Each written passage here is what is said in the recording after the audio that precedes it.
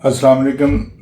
मैं Tarak Javed Punjab poultry association के channel से आपसे मुखातब हूँ और आज 15 जुलाई है।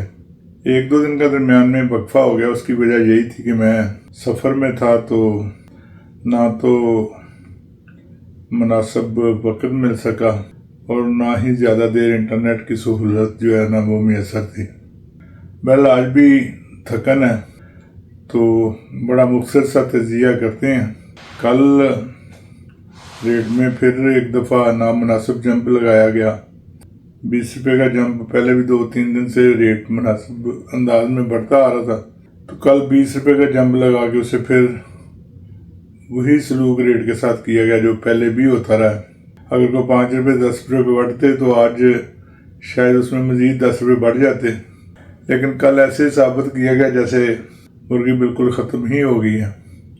उसका नतीजा आज कम डिमांड की शक्ल में मंडियों में नज़र आया, और जिसकी वजह से अभी BFA को 5 रुपये रेट कम करना पड़ा है। आज की अनाउंसमेंट 335 की आ गई है, और शाम को इसमें अब जैसा कि हमेशा से होता है कि फार्मर्स पैनिक होंगे, दौड़ लगाएंगे, लेस की शक्ल में सामने आएगी, और शाम को इसमें मज़ीद रेट में थोड़ी बहुत कमी करना पड़ेगी। अब यही है कि जो लोग रेट को बढ़ाने के लिए मुर्गी को होल्ड कर रहे थे, अब वही मुर्गी को बेचने के लिए दौड़ेंगे और वो 2-4 रुपये एक्स्ट्रा दे के अपनी मुर्गी को सेल करने की कोशिश करेंगे। यही चीज़ आगे मंडियों में जाके रेट में कमी का बायस बनती है।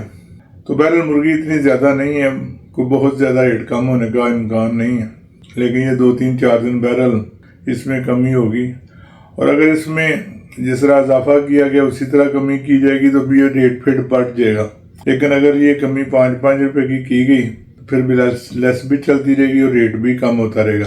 इसलिए फैसला आज़म को सोचना चाहिए और उसके मुताबिक अमल करना चाहिए, लेकिन ये अमल होता मुमकिन नज़र नहीं आता।